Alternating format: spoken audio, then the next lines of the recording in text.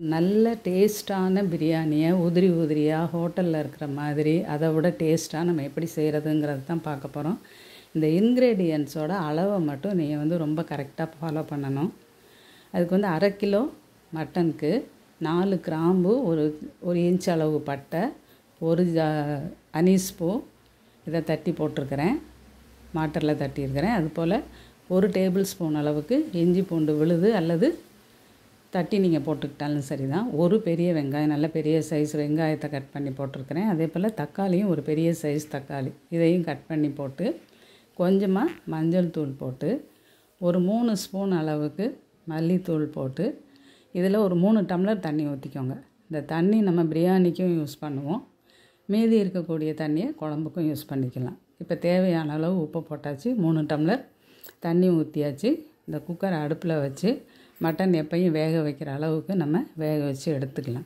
இப்போ இந்த பிரியாணியில் நம்ம என்னெல்லாம் சேர்க்குறோமோ அதோட அளவை கொஞ்சம் கரெக்டாக ஃபாலோ பண்ணணும். இதுக்கு 4 கிராம்பு போட்டிருக்கிறேன், ரொம்பையும் போடலை, 4 ஏலக்காய் போட்டிருக்கிறேன், 1 இன்ச் அளவுக்கு பட்டையை போட்டிருக்கிறேன்.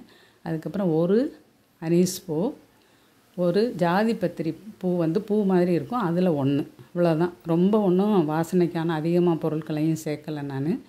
இந்த அளவு இருந்தால் 2 டம்ளர் அரிசிக்கான பிரியாணியை நம்ம செய்ய முடியும்.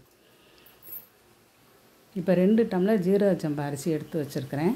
இதை நல்லா கழுவிட்டு 1 டம்ளர் அளவுக்கு மட்டும் தண்ணி ஊற்றி ஊற வச்சுக்கோங்க. ஏன்னா கழுவிட்டதுனால அந்த மீதி நம்ம ஊற வைக்கிற தண்ணியையும் யூஸ் பண்ணிக்கலாம்.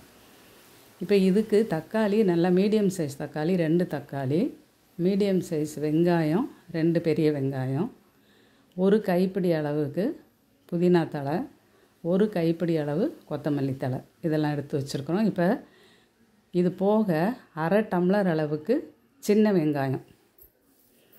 இப்போ இந்த மல்லித்தலையையும் புதினாவையும் இந்த மாதிரி அரைச்சி எடுத்துக்கணும், பேஸ்ட்டு மாதிரி அரைக்காமல். வேக வச்ச மட்டனை நமக்கு பிரியாணிக்கு தேவையான அளவை தனியாக எடுத்து வச்சுக்கோங்க. இப்போ இந்த அரிசி 1 டம்ளர் தண்ணியில் அது ஊறிட்டுருக்குது. இந்த தண்ணியை நம்ம அப்படியே பிரியாணியில் யூஸ் பண்ண போகிறோம்.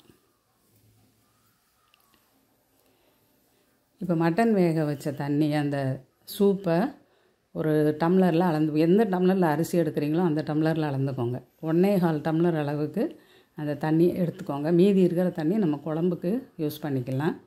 இப்போ ஒரு பாத்திரத்தை அடுப்பில் வச்சுட்டு 2 பிரிஞ்சி இலையை அதில் போட்டு லேசாக வதக்குங்க. இப்போ எண்ணெய் மட்டும்தான் ஊற்றிருக்கிறேன், நெய் ஊற்றலை நான். அதில் இந்த தட்டி வச்சுருக்கிற பட்டை, கிராம்பு, ஏலக்காய் அதெல்லாம் சேர்த்துக்கிறோம். அது லேசாக வதங்கி வந்தோடனே 1/2 டம்ளர் சின்ன வெங்காயம் கட் பண்ணி, 2 டம்ளர் அரிசினா 1/2 டம்ளர் சின்ன வெங்காயம், அதாவது ஒரு பங்கு நீங்கள் அரிசி எடுக்கும்போது 1/4 பங்குக்கு இந்த சின்ன வெங்காயத்தை மிக்சியில் போட்டு ஓரளவு பேஸ்ட் மாதிரி அரைக்காமல் ஓரளவு குறப்பாக அரைச்சி எடுத்துக்கோங்க. இஞ்சி பூண்டு பேஸ்ட்டாக இருக்கிறதுனால நான் 2 ஸ்பூன் அளவு பேஸ்ட் போட்டிருக்கிறேன். 2 டேபிள் ஸ்பூன் அளவுக்கு இஞ்சி பூண்டு பேஸ்ட்டு போட்டுக்கோங்க. இல்லை நீங்கள் தட்டி வச்சுருந்தீங்கன்னாலும் 2 டேபிள் ஸ்பூன் அளவு இருந்தால் போதும், அதுக்கு மேலே வேண்டாம். இப்போ இந்த ஸ்டேஜில் இந்த வெங்காயம், நம்ம சின்ன வெங்காயம் வதங்கின ஸ்டேஜில் தான் என்ன செய்கிறோன்னா நெய் சேர்க்குறோம். நெய்யை முதல்லே சேர்த்துட்டிங்கன்னா அது முருகிட்டு ஒரு வித்தியாசமான ஸ்மெல் வரும். இப்போ இந்த வெங்காயம் வதங்கினதுக்கப்புறம் நீங்கள் சேர்க்கும்போது அந்த ஈரப்பதம் சேரும். அப்போ இது நெய் ரொம்ப முருகாமல் அப்படி இருக்கும். இப்போ இந்த ஸ்டேஜில் நம்ம கட் பண்ணி வச்சுருக்கிற பெரிய வெங்காயம், பச்சை மிளகா காரத்துக்கு ஏற்ற மாதிரி நீங்கள் போட்டுக்கோங்க. இதில் கருவேப்பிலையெல்லாம் சேர்க்கக்கூடாது, சேர்த்திங்கன்னா அது வேறு மாதிரி ஆகிடும். அதனால் இப்போ அந்த வதக்கி வச்சுருக்கிற அந்த இஞ்சி பூண்டு சின்ன வெங்காயம் எல்லாத்தையும் வதக்குறோம். 1/2 டம்ளர் நீங்கள் சின்ன வெங்காயம் எடுத்திங்கன்னா 1/4 டம்ளர் பூண்டு, அதே அளவுக்கு இஞ்சி இப்படி சேர்த்திங்கன்னா தான் அந்த இது கரெக்டாக வரும். இப்போ ஒரு பாத்திரத்தில் தண்ணியை நம்ம அளந்து ஊற்றிக்கலாம். இப்போ அரிசி ஊற வச்ச தண்ணி 1 டம்ளர் ஊற வச்சா நம்ம இப்போ எடுக்கும்போது 3/4 தான் இருக்குது, அதனால் அதை நீங்கள் 1 டம்ளராகவே கணக்கு எடுத்துக்கலாம். அது போக இப்போ 1.25 டம்ளர் அளவுக்கு இந்த சூப்பு ஊற்றுறோம்.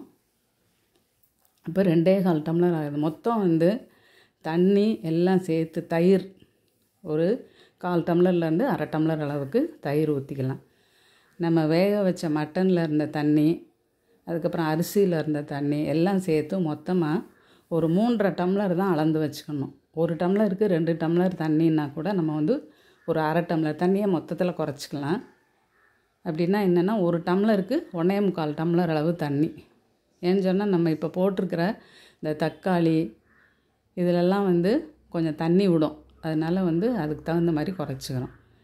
இப்போ இந்த இஞ்சி வெங்காயம் வதங்கின உடனே இந்த அரைச்சி வச்சுருந்த புதினா மல்லித்தழை அது தக்காளி, இதுக்கு வந்து 2 மீடியம் சைஸ் தக்காளி சொல்லியிருந்தேன். அந்த தக்காளியும் போட்டு நல்லா வதக்குங்க. கொஞ்சம் வேகிறதுக்கு டைம் கொடுத்து அதை மூடி வைங்க. இப்போ நல்லா வதங்கியிருக்கும் பார்த்திங்கன்னா தெரியும். இந்த ஸ்டேஜில் நீங்கள் என்ன பண்ணுறீங்கன்னாக்கா, அந்த ஊற வச்சுருக்கிற அரிசியை இதில் போட்டுருங்க. அதை போட்டு நல்லா நீங்கள் வதக்கணும். இப்போ தண்ணி அளந்து வச்சுருக்கிறது இதில் வந்து 3.5 டம்ளர் அளவுக்கு எல்லாம் கலந்து தண்ணி எடுத்து வச்சுருக்கிறேன் நான். தயிர், மட்டன் வேக வச்ச தண்ணி, அரிசி ஊற வச்ச தண்ணி எல்லாமே சேர்த்து.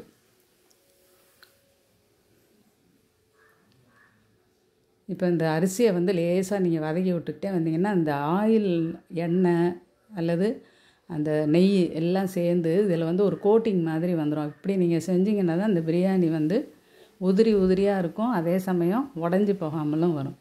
இப்போ இந்த மட்டனையும் அதில் சேர்த்துக்கோங்க.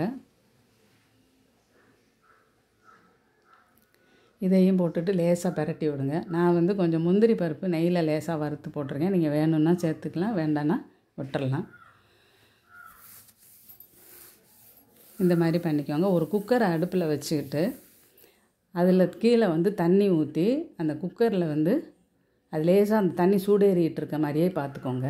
இப்போ இந்த பிரியாணியை எப்படி நம்ம ஆக்க போகிறோங்கிறத பார்ப்போம். இந்த நம்ம அளந்து வச்சுருக்க தண்ணியை அடுப்பில் வச்சு இப்போ கொதிக்க விடுங்க. லேசாக கொதி வந்த உடனே நம்ம கிண்டி வச்சுருக்கிற அந்த அரிசி எல்லாம் கலந்து கிண்டி வச்சுருக்கோம். மட்டன், ரைஸு, தக்காளி, வெங்காயம் எல்லாத்தையும் நம்ம வதக்குனதில் போட்டு இந்த அரிசியும் போட்டு லேசாக கிண்டி வச்சுருக்கிறோம். அதை வந்து இந்த கொதிக்கிற தண்ணியில் ஊற்றி இந்த தண்ணி வந்து ஓரளவு வற்றணும். அதாவது கொஞ்சம் கலந்து நல்லா வந்துடும். இப்போ இப்படி நீங்கள் பிரியாணி செஞ்சிங்கன்னா அடி பிடிக்கவே பிடிக்காது. எல்லாம் ஒன்று போல் யூனிஃபார்மாக வெந்து ரொம்ப நல்லா வரும் பிரியாணி. இல்லைன்னா நீங்கள் டைரெக்டாக குக்கரில் வைக்கும்போது கூட சில சமயம் அடி பிடிச்சிடும். இந்த மாதிரி வச்சிங்கன்னா அடி பிடிக்கிறதுக்கான வாய்ப்பே கிடையாது. ஒரு சோறு கூட உங்களுக்கு வேஸ்ட்டாக போகாது. இப்போ இந்த அளவு தண்ணி வற்றிருச்சு. இப்போ ஓரளவு ஒன்றா கலந்து வந்துருச்சு. இப்போ இதை என்ன பண்ணுறோன்னா, அந்த தண்ணி ஏற்கனவே குக்கரில் சூடு பண்ணி வச்சுருக்கோம் இல்லையா, அதுக்குள்ளே இந்த நம்ம அரிசி கலந்த தண்ணி இந்த பிரியாணிக்கு நம்ம வச்சுருக்கிறத அப்படியே தூக்கி அதுக்குள்ளே வச்சிடுறீங்க. வச்சு எப்பயும் வைக்கிற டைமுக்கு விசில் எத்தனை விசில் வைப்பீங்களோ சாதத்துக்கு அதே மாதிரி வச்சு இறக்கிட்டிங்கன்னா இப்படி உதிரி உதிரியாக அந்த பிரியாணி வந்துடும். இப்போ மீதி இருக்கிற அந்த மட்டனை வந்து குழம்பா தாளிக்கிறோம். ஒரு பாத்திரத்தை அடுப்பில் வச்சு கொஞ்சமாக எண்ணெய் ஊற்றி கொஞ்சம் சோம்பு போட்டுக்கிறோம். வெங்காயம், பச்சை மிளகாய், கருவேப்பிலை போட்டு தாளிச்சிட்டு அந்த வேக வச்சிருந்த மீதி மட்டனையும் இந்த குழம்போடு சேர்த்து இதில் ஊற்றிட்டு கொஞ்சமாக தேங்காய் அரைச்சி ஊற்றுனீங்க அப்படின்னு சொன்னால் குழம்பு ரெடி ஆயிரும். கொஞ்சம் கொதிக்க விட்டுருங்க.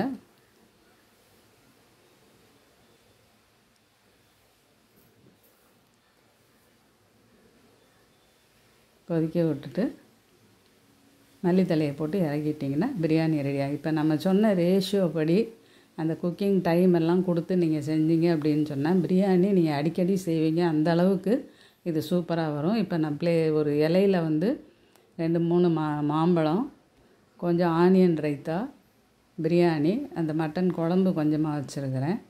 சிக்கன் வாங்கினதை அதை வந்து கொஞ்சமாக கிரேவியாக, கிரேவின்னா ரொம்பவும் தண்ணியாக இல்லாமல் கொஞ்சம் திக்காக இருக்கிற மாதிரி வச்சுருக்கிறேன். நீங்கள் ட்ரை பண்ணி